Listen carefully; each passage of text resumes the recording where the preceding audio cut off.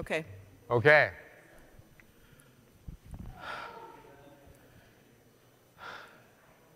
Okay, a little background for our discussion and for our for this presentation. This goes back to 2021 in January when we took the survey. About 200 of the 600 giving units took the survey. It was a great turnout. It was a wonderful survey. Got people excited on the boards. We made goals for our congregation, which we're still following. And we made a new mission statement for our congregation, which is still important for us.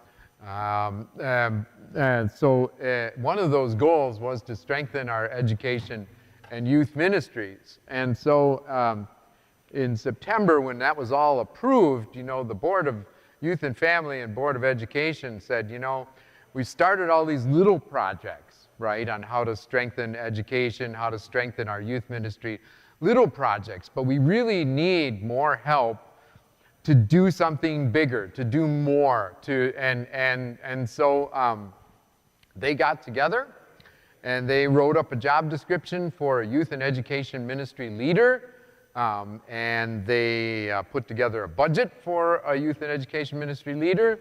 That budget was approved by the congregation last May, is part of our budget now. And so that all was happening last spring, again, because of that survey, got people excited. In last spring, we did have some bad news. Pastor Dick is retired from teaching confirmation, and been a blessing in doing that. We threw him a big party. And he's still helping out by doing all kinds of vacation coverage and preaching coverage. But confirmation became pastor's job, our job, Pastor Julie's mostly job. And then Pastor Rebecca also resigned. And so then all of her homebound members, I don't know what, 30 or some homebound members became Pastor Julie and my responsibility. So you know, in the midst of all the excitement about the goals and education and youth and all that stuff, we took on some extra work for Pastor Julie and Larry last year. You know, the youth and education ministry leader, you know, we passed the budget, we appointed an interviewing team, we posted that job description. You know, Lutheran seminaries, Lutheran colleges, all across the United States, a special website for youth and ministry, job postings, all summer, all spring. We had candidates, we had interviews, we had resumes. We spent basically all through the summer and September doing all of that, and we got nothing. The committee just wasn't impressed with some. Some of the ones that we were impressed with withdrew their interest. It was kind of a really sort of a heartbreaking thing, you know, to put all this effort through September into that, and then nothing comes of it. And then, so we entered the fall with lots and lots more work, and no youth and education ministry leader that we were hoping to be a partner with. And so that was difficult. So we, the pastors, went to our associate with our bishop, Pastor Asher O'Callaghan, a nice Irish Lutheran, and we had a good talk with him. I hadn't met him before. He's new to Synod. You know, his suggestion was, well, okay, you didn't have any success with this youth and education ministry leader. Why don't you think about a deacon or a pastor, calling a deacon or a pastor? And he said, you know, Grace is in a spot where it's attractive to people across the country, pastors.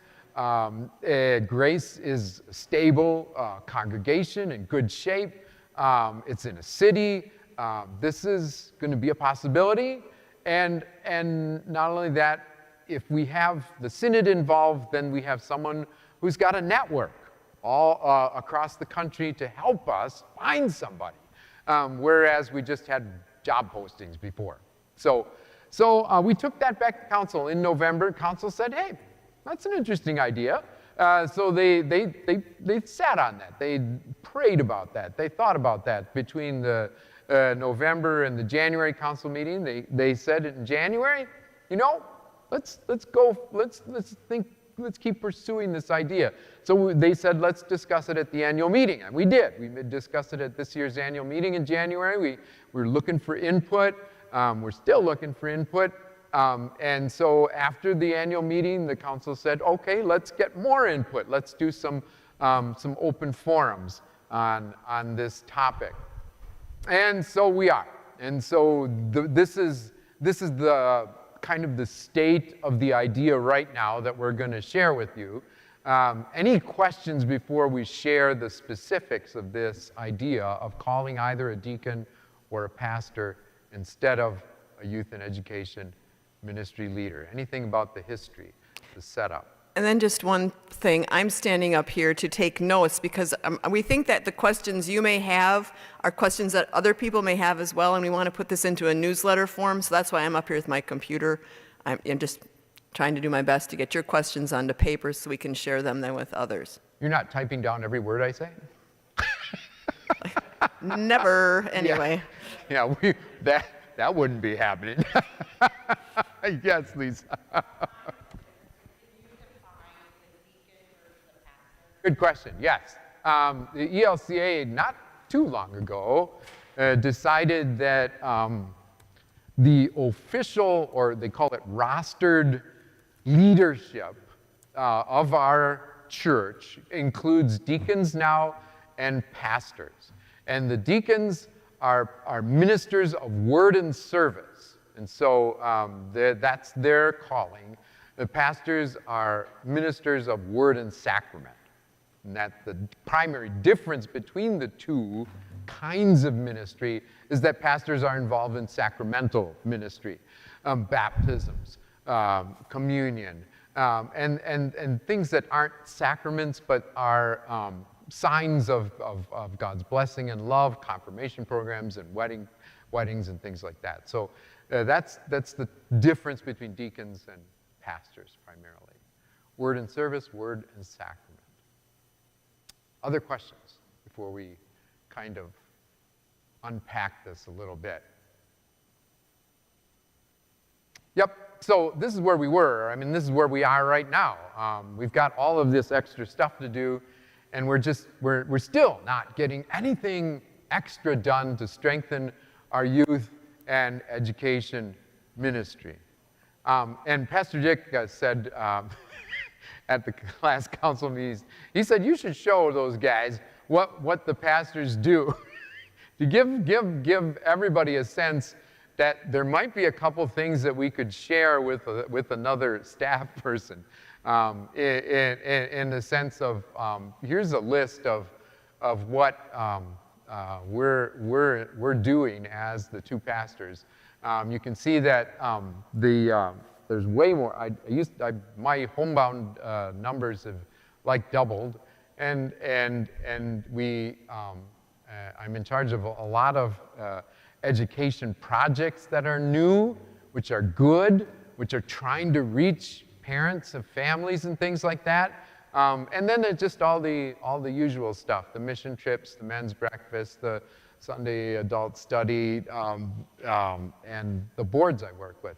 Pastor Julie has also increased her homebound ministry and is doing almost all of the confirmation teaching and continues to do all of the logistics for baptisms, weddings, new members, confirmation, and homebound people, keeping all of these kinds of programs on the tracks so that they're running smoothly. And also the Sunday morning ministry with the kids, our Holy Donuts and BC and beyond. So so we wanted you to have a sense of, yeah, you have a question, good. Just a question, has it ever been discussed that about sharing a person with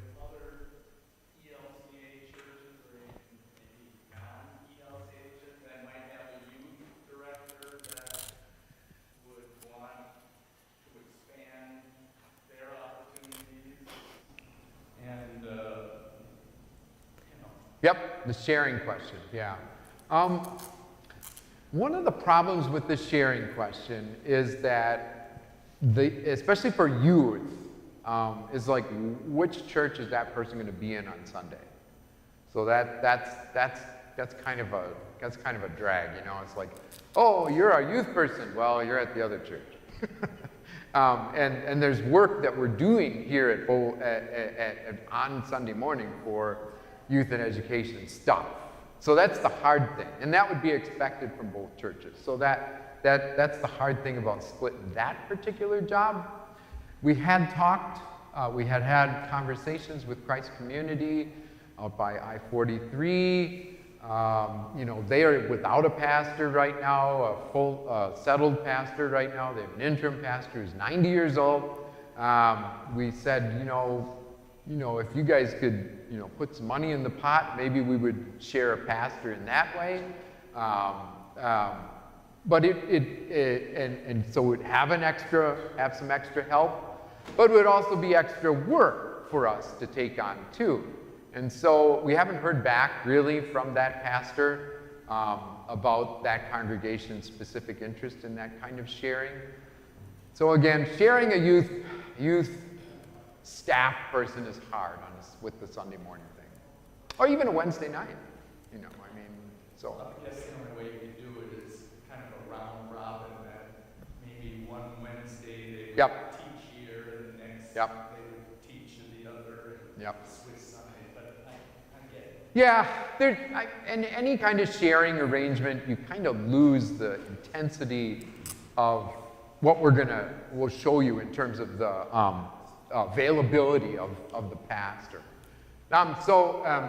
Yes, the couple things about calling a pastor. We would, as I mentioned, we would get help from the synod, and there is a way in which this could possibly be a way to make a transition for Pastor Julie and I for retirement. We're not 40 years old anymore. Newsflash. And we're getting close to that age, but not exactly there yet. But there's some, as we unfold this a little bit, you can see that there's a possibility that for some continuity and transition to retirement. Those possibilities include that if we called a pastor, and if that pastor had a good experience, working experience here, and if Grace thought that this was a good working relationship, it's possible that that person would be able to interview for a pastor position, a senior pastor maybe position at Grace going forward, so that you have Pastor Larry and Pastor Julie and this new person, you know, getting their feet on the ground together, doing some continuity stuff, and then that person continuing on while we gradually retire. So there's some possibilities that could work out. It's been done. First English Lutheran in Appleton just went through a process like that. But again, it would have to be agreeable to that person, that pastor. It would have to be agreeable to the congregation, and it would have to be a re-interview, a recall. And everyone would need to know all of that up front before we start.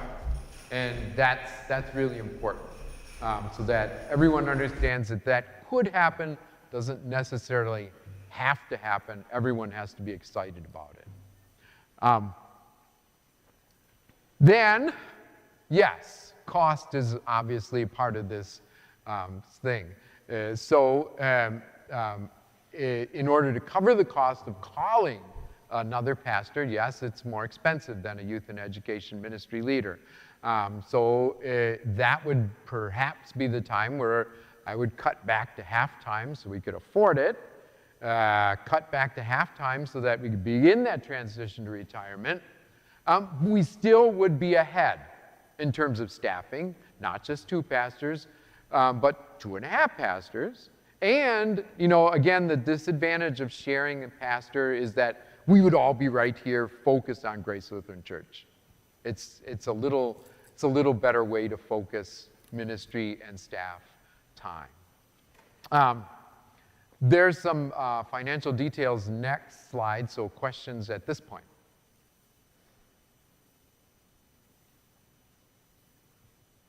Okay, financial details. Oh, yes, they are there. So, how to cover the cost. Right, these numbers right now are in our budget. They're in our budget right now. The youth and education ministry leader was going to cost us a little over $58,000.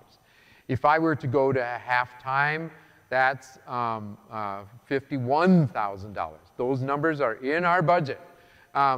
If we called another third pastor, we wouldn't need Pastor Dick to constantly be covering for our vacation all the time. So that's a $9,000 savings. So if you add up all of that money that's in our budget right now, it's $118,000. And so how does that compare to the cost of a new pastor with 5 years of experience? Well, that only costs $100,000, little over $100,000. So in our present budget, we can afford to do that if we take those steps. We can afford to do that with even a little wiggle room, with some wiggle room as well. So yeah, what we have available in our budget is $118,000, almost $119,000, and the cost of a new pastor with 5 years of experience would just be a little over $100,000. What if we had a pastor that we interviewed that had 6 years of experience? That could work out too because of the wiggle room there. And these numbers include benefits, all the benefits, the continuing education, the medical benefits, the pension benefits, all included. So yeah, that's why that number 100,000 is a little high, because it includes all of those benefits. Questions at this point? Yes? What about team? A team pastor. Working with the seminary. Working with the seminary on a team candidate. Yes. I think if that were possible, Pastor Asher would let us know if that were a possibility for our congregation. And Lisa's referring to a program where lay people gradually train to become pastors. They take online classes, they do supervisory work in a parish, and they don't go for the full 4-year seminary program.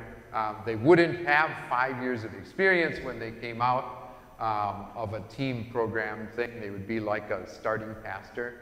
I think if that were a possibility, that Pastor Asher would let us know. The disadvantage would be that we wouldn't have someone who had 5 years of experience, who could, possibly be ready to take on something bigger than just, a first-time pastor. And that would be a good thing. What's the probability of finding somebody with 5 years of experience? Yes. What's the probability of finding somebody with 5 years of experience? Good question. Yeah, is this a gambling question? Like 20 over or 20 under? I have no idea when they start talking about gambling in sports, I have no idea what they're talking about. What's the possibility? I mean, again, he seemed like this was a place that people would be attracted to come to work and serve. So he didn't give us any percentages either, but he seemed encouraged that that we would be able to find some candidates with that amount of experience. Serving some 4-point parish out in the middle of North Dakota versus coming here to Green Bay and working with me and Pastor Julie. I mean, dude. Liability count. Total no-brainer, right? One of the things, too, that because we're looking for someone with experience, that really actually widens the pool of candidates. If we said we needed someone right out of seminary because this is all we can afford, well, we and everybody else is looking for that candidate across the church. So by saying we can afford someone with 5 years' experience, that's a second call. And so that, again, it makes, I think, a little bit more attractive as far as finding candidates for us to consider. Yep. And eligibility for season tickets for Packers, right? So, no. Okay. Bear fans need not apply. All right. Any other questions? Those are good questions. All right. Last night, someone asked this question, and in great and perfect anticipation, what does this look like on the timeline? What's the timeline? What are the steps? And so here's that slide. So yes, right now we're listening to the congregation again, and still, and continue to. You know, I mean, if people are not here, if people are listening or are streaming live right now, or if they're catching this on a YouTube channel later and they have a question, they can always email us. They can always email any input, any responses, any thoughts. We're taking all of that. There's another one of these on Wednesday to try to listen to the congregation. So at the March and April council meetings, the council will continue to discern what is this a good plan? If what of these is a good plan? The other thing is the council is working on the budget right now, and so since we don't know, maybe tomorrow a youth and education ministry leader, the best one on the entire planet, calls us up and says, I totally want to work here at Grace Lutheran Church. And maybe that works out. And so we want to have a budget to cover that. And maybe we call a 5-year pastor with 5 years experience, like in December. Well, we want to have a budget that covers that possibility. Or maybe we don't have any luck with anything. And so we want to have a budget to cover that. So it's hard to write a budget like that, but council is trying to write a budget like that. And so there will be a budget forum again in April to say, here's how we tried to figure this out, and what do you all think about this idea still? What do you think about this budget? What do you think about calling a pastor? The budget gets passed or approved or decided on May 7th, but we decided that it's kind of really too fast to cram a decision in there right now to say, yes, we're also going to go for a pastor on May 7th. It's just a little much for one meeting, we kind of thinking at this point. Maybe we'll change our minds on that. But at this point, we're just going to pass that budget on May 7th. In another meeting, we would need to elect a call committee and say, yes, we are pursuing a pastor. So that's a big step. And we thought maybe giving some extra time to that decision would be wise. So that would be another congregational meeting. Sometime during the summer, the call committee would get to work on what's called a ministry site profile, which tells candidates about our church. How many people, what's our budget, what do we need, what do we like in a pastor, what is the setup here? Looks like the two pastors are going to be here still, but they will be leaving, they will be retiring at some point. Does the candidate needs to know all that stuff. So that will be part of the ministry site profile. Maybe in the fall, we'll be interviewing candidates. Once we find a candidate, call committee, council, and congregation need to vote on the candidate. And then the kind of normal installation kinds of things happen after that. So that's the timeline. Any thoughts about the timeline? Is it too fast, too slow? Questions about the process?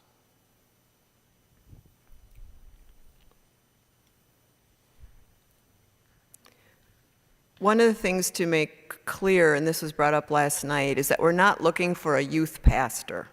That's not who we're calling. We're calling a pastor who will share in the responsibilities related to all the ministries that go on at Grace. So we may find someone who says, I love teaching middle school confirmation. Great, welcome to it. And they might look at me and say, and that fundraising stuff for mission trips, ugh, okay. So we want to know, we want to come into this with this, whoever this candidate is, with an understanding that nothing is set in stone related to who does what. Maybe it's time to change it up. After 21 years, maybe stewardship is something this new person would really like to be involved with, or something like that. So we want to be really flexible with them. It's to be called as a pastor, and then because it's multi-staff, what would that look like between the 2.5 of us? So that's what we would be discussing with those candidates. Yep, that openness is important because, like Pastor Judy said, no pastor with 5 years wants to come in and just do all the youth and education ministry. Would not be something that would be attractive. We are flexible, negotiable. We've done all of it. We can switch roles. That's not a problem, and that would also, be encouraging, I think, to a pastor to know that that's what we can do. I want to just talk a little bit about the youth and education person too. So we had 3 candidates. We interviewed one person who was just not a good fit, and we had 3 other names, and they seemed viable. One was a deacon in the ELCA, local, and he said to us the job description is too big. It's too big. And the other candidates who we would have liked to have interviewed, I suspect also ran because of that job description. Youth ministry is very much relational. It's hanging out and being present and getting to know people one-on-one, and that's a lot of time. It takes a lot of time. And, when you talk about 28 kids in the confirmation program, potentially 60, 70 in Sunday school. That's a lot of families, that's a lot of relationships, and that's pretty overwhelming. And so we know that going in, and that's been the message. I don't think there's going to be this magical youth person that's going to show up the way our job description is currently made. I mean, that's just not, it's not reality. And those who are applying are desperate. We're getting international candidates. Hi, I'm from Slovakia. I'd love to come and be your youth person. I'm from the Caribbean. I think I'd be great. And not any theological connection at all to where we are as a mainline Christian ELCA church. It just not fits. But so we're getting desperate people applying, and those who aren't desperate are saying, "Whoa, I'm not that desperate," when they see the job description. So there you have it, Jim. I still think if you're going to call a full-time pastor, you're going to have somebody that would be willing to work with you. Right, and we already have that. We have 2 pastors here who work with youth. Pastor Larry's still sleeping outside in cardboard boxes. Right, but for the future. Right, and that'll. You want to be prepared for the retirement. Right. That could be 4 or 5 years, could be whatever. And just say, our youth group is not that huge anymore at Grace. Maybe that would only take 15 to 20 hours a week, and the rest of the time he'd be traditional pastor duty. It would be a hard sell for a candidate, I gotta be honest. There's nobody really coming out of seminary saying they want to put half of their time in working with kids. Oh, really? It's not happening. No. And what would even be more benefit, really, would be a pastor who said, I'm totally social media fluent, and I am totally connected to the struggles of young parents, and that's the relational ministry I would love to do, to connect with our parents, to bring them closer to our church. Not Because physically, but you'd still be connected more with the church. right, and so so that if that skill set came around, that's not sleeping out on shantytown. That we can do that. We can go on mission trips. If that person is a genius in that field, that would be wonderful. And if they did something, then we negotiate some other parts of the job descriptions. That'd be wonderful. I mean, that's just, you know, that would engage more people at Grace. And that would be a wonderful ministry. So it doesn't need to be all youth and education. Yeah. One part of it would be awesome. I'm just thinking, Yeah. a full-time pastor with some experience with youth, if we could find that person, the 20-hour person could be somebody that wants to slow down. It might not be a young pastor anymore. It might be a pastor that doesn't want to work full-time anymore. Most of them would say, let me visit your homebound members. I don't want anything to do with kids. The people that I know that are heading in toward retirement, they're kind of done. You know, they are in 20 hours a week working with youth. You have to know what's, That's why yeah. you can't depend on the 20-hour No. week to be a youth pastor. Right. right, but even a retiree, you know, even a retiree. And I think that's really, we don't know who we're going to be at that point as far as the congregation either. You know, with this person coming on and the two pastors transitioning out, you don't know what you're going to need at that point at all, really. And so who knows? But there are very few pastors of Pastor Dick's ilk who say, here I am, send me into the room with the teenagers after I've retired from all the other stuff. Very unique. Absolutely. Yeah. We've been lucky. Yep, Amen. we have been very Amen. lucky. We've been blessed, that's Yeah. right, with Pastor Dick's ministry, right? Yes. Yep. Yeah. Yep. So that piece is negotiable, and we, you know, it's kind of like what they talk about the football draft. You know, we want the guy who's the most skilled, you know, no matter what, you know, and we'll take that. That'd be a blessing. Yeah, yeah. I mean, especially the social media fluency, literacy, capabilities. Pastor Julie and I did not grow up with that in our heads in terms of communication. Right. So that's not our first language, you know. So that would be a younger person would be who can connect with parents would be a great thing, and it wouldn't be the whole youth program. Yes. Question, are we keeping up with, as somebody leaves our congregation or God forbid passes away, are we net zero with new members coming in, or are we still? We're declining numerically. That's the only point, you know, I would just say that the council and everybody has to keep in mind, you can come in with this net zero or better, but if we're declining in a few years, then there could be. It's not pastoral because Pastor Larry and I will continue then to retreat, but but the person who's left behind, God bless them, there's a lot to do. You saw the list, yeah, you know, so that's the issue. But I don't, you know, I think we're willing to be flexible as far as this. We don't want to hand off the church we inherited, which was a church that was $85,000 in debt the day we walked in the door, and they said, oh, by the way, we forgot to mention. And it took us 10.5 years to get rid of that debt because we couldn't pay it back ourselves. We ended up using Thrive and Choice money to do it, to get the funds back, the designated funds that had been used to pay everybody and everything, which had been depleted, to restore those. That's how we did it. We tried for 10 years to try to come up with $85,000 additional dollars and couldn't do it. Thrivent did it for us. So we have no intention of leaving Grace $85,000 in the hole when we walk out the door, because that is not a way to start ministry. Right. It's really tough. Yep. And that was the gift that we got handed without knowing it. Straight up. So, About technology for all the board meetings you go to, would it help you at all if you sat at home and did it through Zoom?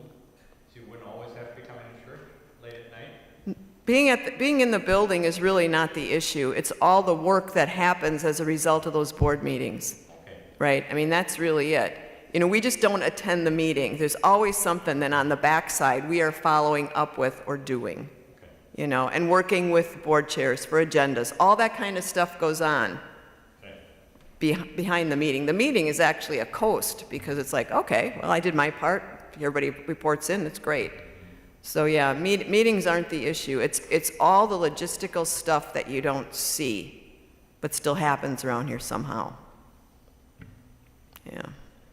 And there's at least one board that always meets on Zoom still, just because it does work for their members. They're spread out all over the county, and it's a lot easier for them to just, come home, have a nice meal, and then and sit in front of the computer and do the meeting. So that is a wonderful thing that we have available at Grace because of that.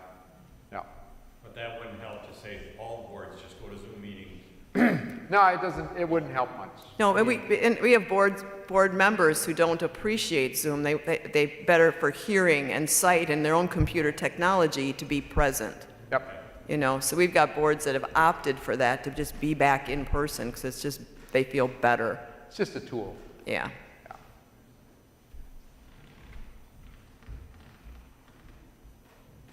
Any other questions? Any other thoughts? Any other suggestions? Any other concerns? Yes. Just from what I've heard talking to other folks, it is not just Grace's problem finding a pastor. It's across the board. Anybody out looking, it's taking sometimes a year to 2 years to find a replacement. And these are people that have moved on to other churches that now this church sits with whatever the Senate can supply for you. Right. And I just think the sooner you get started, the better. Sooner we get started, the better. Yeah, that's a quote. And that's an important quote. I mean, that's a perspective on this question here. Yeah.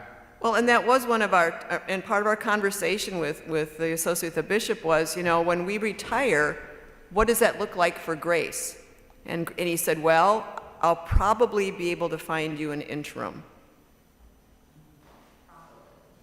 One, right. The other thing to note, though, is the calls that are open right now, I believe over 50% of them are not full-time calls. And so the churches are looking for pastors who will work 20 hours a week, provide the sermon, provide the care, but have some other income somewhere else, because we're not going to be able to support you financially. And so that's what's happening in congregations just in our area, right? I mean, the Resurrection and Christ's Community. I mean, Bethel closed. I mean, that's just here. And so you multiply that out by by what's going on in the synod and just in the church in general. So we're still able to offer full-time calls with benefits, which puts us in a different category than the other ones. Yeah. Yep. Bethel didn't close. I misspoke. It wasn't Bethel. It was the other one out there. No? Oh, Incarnation. Yeah, it was Incarnation that closed? Yeah, it was Incarnation, not Oh, Bethel. Incarnation. Right. Yep. Yeah. So. Yeah. So that's where we are. Any other thoughts, questions? Good questions, very good questions. We had good questions last night. Good input last night. Good this morning. Anything else? Cool. Okay, well, thank you very much. If you think of anything, anytime, just let us know. I mean, the March council meeting is 28th of March, so there's some time. Let it sink in, and if you have some stuff to share with council, please do. And then just initial impressions as you leave. Does this sound like a viable direction to be headed as a congregation or not? I mean, and we want to know that because the council needs that information too. Does this seem to be a direction that would make sense, given the options that are out there? Okay. All right. Excuse me? Oh. Not tomorrow, don't worry. So, Right. all right. Thank you very much. Thank you very much. Thank you very much. Thank you, Josh.